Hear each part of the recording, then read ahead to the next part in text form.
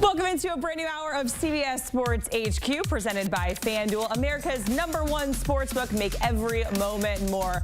Our friends are at the desk. Kyle Long is throwing a football there in the corner, so we have to give them a minute to readjust. Before we move on and move away from Week 12 in the NFL, we're going to recap, of course, with the Harbaugh Bowl. We have to talk about that. That is on deck for Monday night. But before then, let's talk about the Eagles, because they have 7 straight wins, and this was a team that we had a lot of questions about early on in the season. They looked a little slow. Maybe that 2-year Super Bowl hangover is still intact, but Saquon Barkley has not missed a beat. Giants fans, just look away. Every single Eagles game, you got to look away. Eagles 9-2, destroying the Rams in prime time. As mentioned, 7 straight wins. For Saquon, 2 rushing touchdowns, 255 rushing yards. That is the most rushing yards in a game in franchise history. Blow a little kiss, and you deserve it. Let's go to an NFC West matchup with the Seahawks and the Cardinals. Cards coming off of a bye, a 4-game win streak, but Geno had some answers. You saw Geno JSN connection there. 7 to go in the third, and Kyler Murray with a costly pick there. Kobe Bryant takes it 69 yards to the house for a pick 6. And this kind of made me LOL with the Marshawn Lynch jump into the end zone. Seattle's 6th straight win against the Cardinals. The Niners and the Packers, it has been tough for San Francisco, dealing with so many injuries. And unfortunately for them, the Packers and Josh Jacobs specifically were on fire. Jacobs finished with 3 rushing touchdowns. His 2nd game with multiple rushing tutties in the season, 14th of his career. And the Packers go on to win at 38-10, their largest win against the Niners in franchise history. The Cowboys and the Commanders, guys, I'm marrying into a Cowboys family, and my group chat phone, it was just going off. I'm like, guys, there's 30 seconds left in this game. How much can be happening? Scary Terry to the house, launching it. The extra point, that's all you need to tie it up.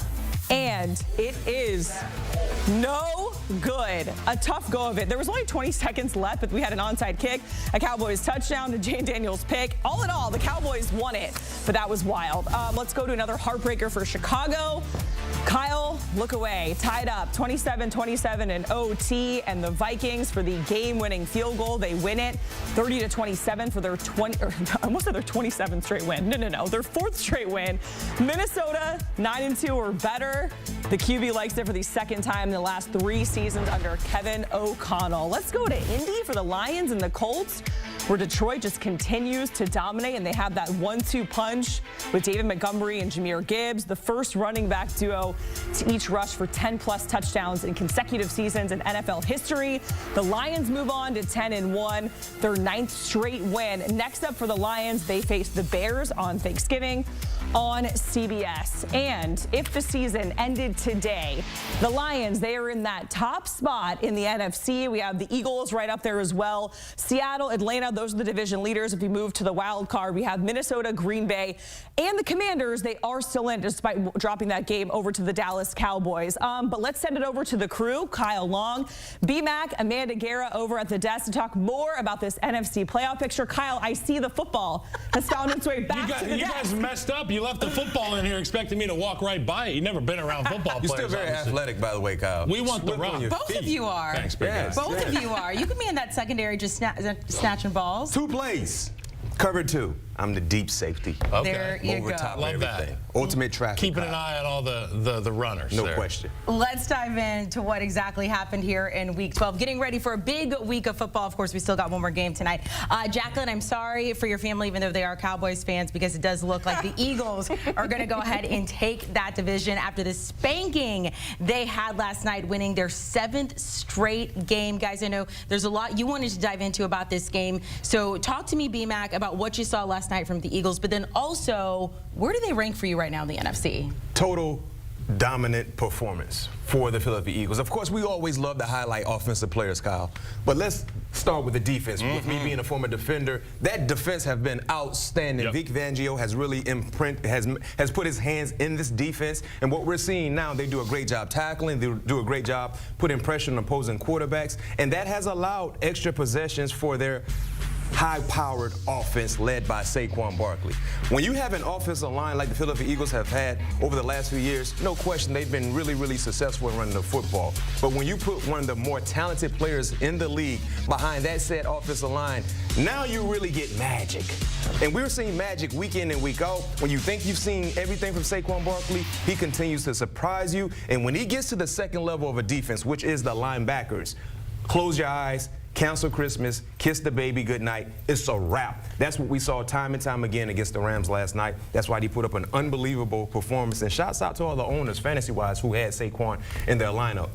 You should be smiling like me. You too, and David Montgomery. Wow. B-Mac, I was saying yesterday, the butts just aren't big enough on the West Coast to handle what this Philadelphia Eagles team was going to be rolling off the bus. Whether it's the defensive front with those guys that are just glass eaters up front, Jalen Carter, obviously awesome. The linebacking core with Dean and Bond, they have played exceptionally well.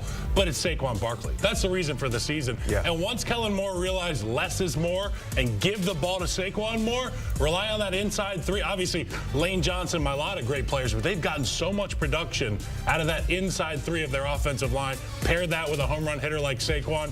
We're looking at video game numbers every week. I think they're the second best team in the NFC. Kyle, quick question for you. Being a former offensive lineman, what's the mentality for a guy like what they have on the offensive line for the Eagles, knowing that if you just hold up just a split second, Saquon can do the rest? Well, it's funny because a team like Kansas City, they lead the league in like rushes 4 to 8 yards. So not explosive runs, but on schedule runs. With this Eagles group, with the talent you have on the offensive line, coupled with that explosive nature, the athleticism of Saquon, you have an opportunity to make a block that could spring a home run every play. So when Cam Jurgens climbs to the second level, blast somebody. When Landon Dickerson takes a soul of a linebacker, you know you've got an opportunity for a home run. They hit it a lot.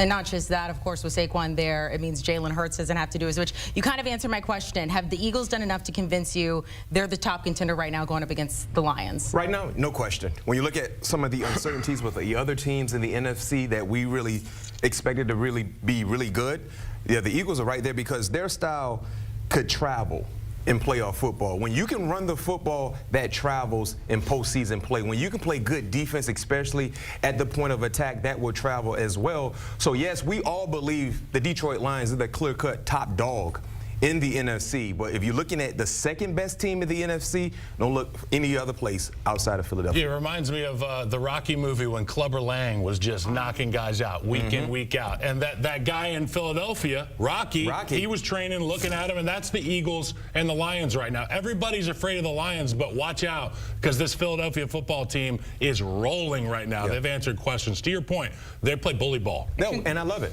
Congrats to the Birds. Both of you guys have them coming out at the top of this division. The Commanders. You cannot do that. Did I just see like a little flap on this? Oh, okay, all right. The Commanders fall to the Cowboys there. They are clinging on to the final wild card spot in the NFC. Taking a look at their remaining schedule, they have a bye, and then the Saints, the Eagles, Falcons, Cowboys. So not so easy there, but can the Commanders hold on, Kyle, to that final wild card spot? I think they do, but if they're going to do it, Dan Quinn's going to have to get a real grip on this defense. Cooper Rush went out there and threw the ball effectively against the Commanders. Obviously, I know it was a really uninspiring special teams day for football fans watching that one. It ended in a terrible way. I give a lot of credit to Jaden Daniels. He came back down to earth. He's been human the last few weeks. He played a good game yesterday. The guy's back, and there's Turpin hitting the Devin Hester spin move right there. Unbelievable. But for this team, you got to just stick to your guns. Jaden Daniels is a good guy. Brian Robinson out of the lineup, that's concerning. They're a team that relies on that running game to get that passing game going.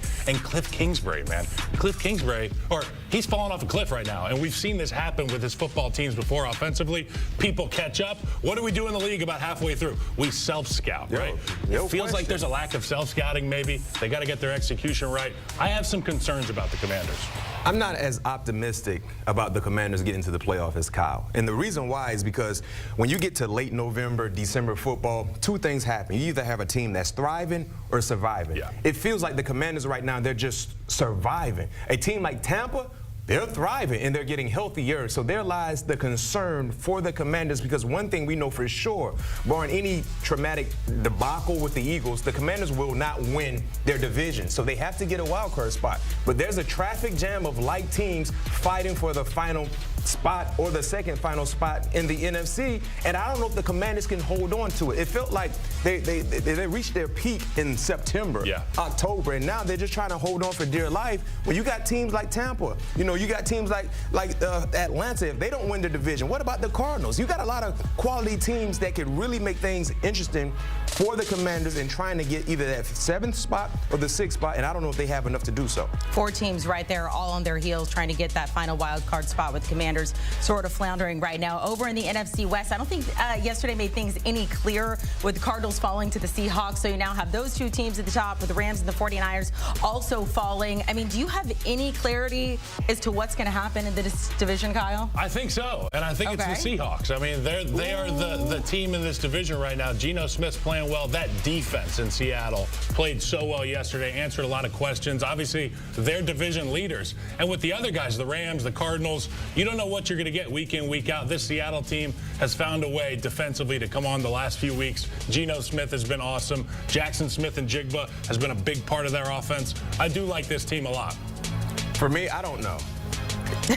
I don't. I don't either. I think it ain't the Niners. It can change weekly. Rams got bullied last It night. can change weekly. And if I the said 49ers yesterday, get healthy, but they have a horrible schedule. I said yesterday, at the time before Arizona played Seattle, I said this is a statement game for the Cardinals. And the reason why, because they had a hold of the division, but it felt like the respect wasn't there. Because if you ask any naysayer before yesterday's matchup, do you believe the Arizona Cardinals could win the division? Most probably would say no. So I felt like yesterday was an opportunity to send a message to the entire NFL world. We can win this division. Guess what they did? They disappointed. So then when you talk about having faith in Seattle, we've seen Seattle look like world beaters one week, and then the next week they're playing football with their eyes closed. And then with the Rams, they just ran up against one of the best teams in the NFC. But to your point, San Francisco, what happens if they can still get healthy? Because yes, they've had some bad losses, but they're still right outside of the neighborhood. They're still right there. So me personally, to answer your question, Amanda, I don't know anything about this division. I'm going to sit back and watch with my popcorn and enjoy the ride. Because if you had to twist my arm to give a pick and who I believe is going to win, I don't know. So we're not going to sprinkle any money on that division right there. You got the Seahawks? Niners ain't getting healthy. Okay. Niners ain't getting healthy. All right, we'll click that off. The Seahawks. I love Sean McVay. He's the best coach in that division. See, I like where you're going with that. Yeah, I'll go with the Rams. Let's go to the NFC South, though. You've been giving a lot of love to Baker Mayfield and the Bucs. This Baker Mayfield now taking it away from Tommy DeVito there. Giants, man. I mean, and just watching what Saquon's doing, that is a sad situation. So they're just now 1 game behind the Falcons. Can they go ahead and catch up? They have a much easier schedule down the thing. They have the Panthers, Raiders, Chargers, Cowboys, Panthers, Saints. Falcons have Chargers, Vikings in there as well, Commanders. I think so. I really believe they could catch up to Atlanta. Now, they would have to surpass Atlanta because, remember, Atlanta owns the tiebreaker. But even if they don't win the division, I still believe they can get into the playoffs because what we're seeing right now, Baker Mayfield is playing out of his mind. My goodness, he's having fun. He's playing with a lot of confidence. The guys are really rallying around him as their leader. They're getting healthy. And get this, they can run the football with a slew of running backs. They find ways to run the football, and now the defense, they're getting healthy. Vita Vea is one of the best anchors in the National Football League. He sets the tone for their defense. They got Jamel Dean back in the secondary. You know, Antoine Winfield is healthy as well. So what you're seeing from them is what I explained earlier. This is a team that is thriving. They're not surviving, and the moment is there. So I feel like, guys, Amanda, Kyle, if they do not win the division, book it. They will get into the playoffs. Yeah, I love this Buccaneers team. And it starts with their quarterback, Baker Mayfield, and the relationship he has with Liam Cohen. And when things happen in the injury department, this team, instead of just going and tucking their tail, they found a way to bow up, reinvent themselves offensively. You talked about the running game. I think this guy, Baker Mayfield, can take them as far as anybody. And for the Falcons, man, oh man, the Bucs should have won that game in Atlanta. They should have. And now they're looking at that tiebreaker 2 games back on the Falcons. So keep winning. If you're the Bucs, I have more faith in the Bucs and the Falcons right now. Y'all know I love Baker Mayfield, and we can all agree, even if you just do this, doesn't mean you have to be asked if you're Italian. Kyle Long, Bryant McFadden sticking around. We got a lot more coming up. By the way, BMAC, you were here in person on Sunday. All of the highlights. How'd that go for you? Was it fun? It was. I had the best time of my life, Amanda. I definitely believe That's why I don't work a day in my life. I talk ball. What are we doing? This is great. Locker room talk. We've got more ball coming up here on HQ. Coming up next, we're going to take a look ahead to Monday Night Football. We got the Harbaugh brothers going up against one another, Chargers, Ravens. And not only that, as a team, we've put together a parlay for this game. Maybe it's great, maybe it's terrible. We'll find out.